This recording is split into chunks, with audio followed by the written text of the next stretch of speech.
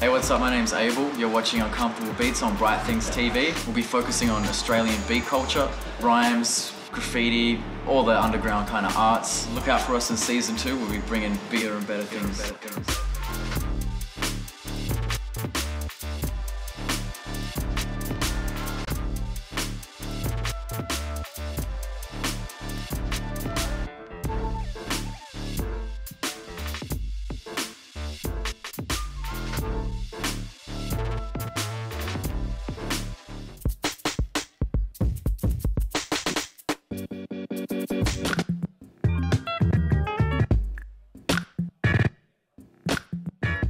I guess the stuff I'm making is, I guess you'd call it like beat music, like hip hop, electronic kind of stuff. But I really take a lot of influence from soul music and funk. At the moment, I'm using Ableton Live to kind of piece together bits and pieces that I've created, trying to kind of play electronic music with a real live, organic focus. At the moment, I've got Fender Rhodes, which is really the basis of a lot of my music. It's just this really beautiful old vintage piano. So I start running that through effects pedals and kind of taking pieces of that and looping it all together and like sampling my own playing. I'm working with a collective at the moment called This Thing, comprising of myself and Galapagos and a huge range of really talented DJs and broadcasters and graphic artists. It's just a collective environment where we're really accomplishing a lot more than we would if it was just us trying to go alone. I think you can make a bigger statement with a group. Start just listening to things, like know your musical history. I'm really into like just going backwards and kind of and finding stuff that is just bizarre.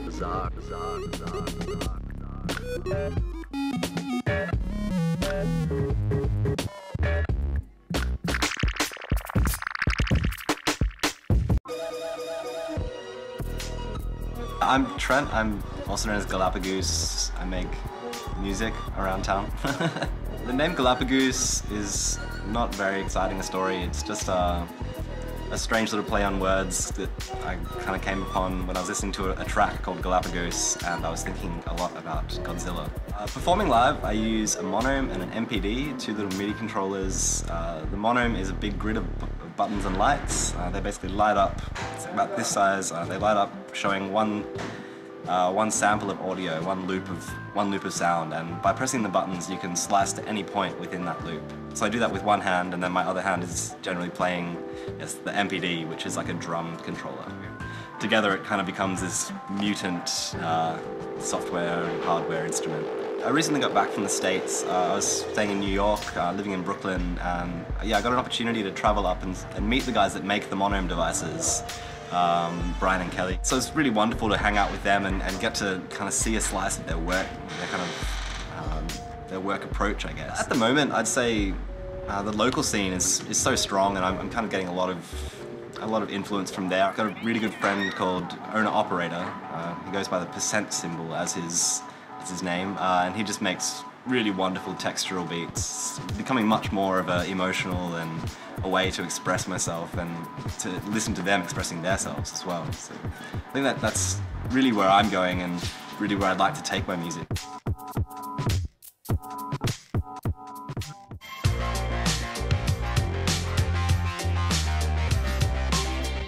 Hi, I'm Ghost Soul. I'm a beat writer, also down here in Melbourne. Write hip-hop, instrumental hip-hop, dub music, kind of glitch hop and a range of other styles, even a touch of drum and bass here and there, and play live off Ableton. I have a machine controller mapped to live, and I use that for all of my sample queuing and a range of my, aux outputs, so for adding delay and reverb effects over the top. I basically mash up all of my own tunes on the fly, and then I've got an MPD-24, which is a 16-pad MIDI controller, which I use to do both the effects control, and I also use that for live sampling. In the studio, when I'm writing a tune, I do it a range of different ways, but normally I write all of my electronic music in Ableton Live, and I also use Pro Tools. I use a host of Native Instruments synthesizers and effects, and a whole range of other effects, plus Albino synth, even a little bit of Reason for some drum processing or utilizing the NNXT for things like strings or editing samples. A lot of the time when writing a song, it's one of two ways. Either I'll do it as a sample-based piece of music, or I simply sit down with a hi-hat or percussion line and then start writing large runs of MIDIs, and then start editing the sounds from there and building the composition from that point. I'm studying the Advanced Diploma of Sound Production at RMIT at the moment. I'm halfway through my second year, and after that I'm looking to move on to hopefully go out and apply to get a degree in sound design. I'm working on a new EP at the moment. It'll be my second one, and it's going to be coming out through Hopscotch. The release date isn't set yet, but it'll be sometime in spring, and it's going to have Dave Abel from Uncomfortable Beats on it, rapping on one of the tunes, and Daniela Lucchetti singing on one of the tunes as well. And yeah, keep it locked for that one. Think about calling it Gravity's Broken.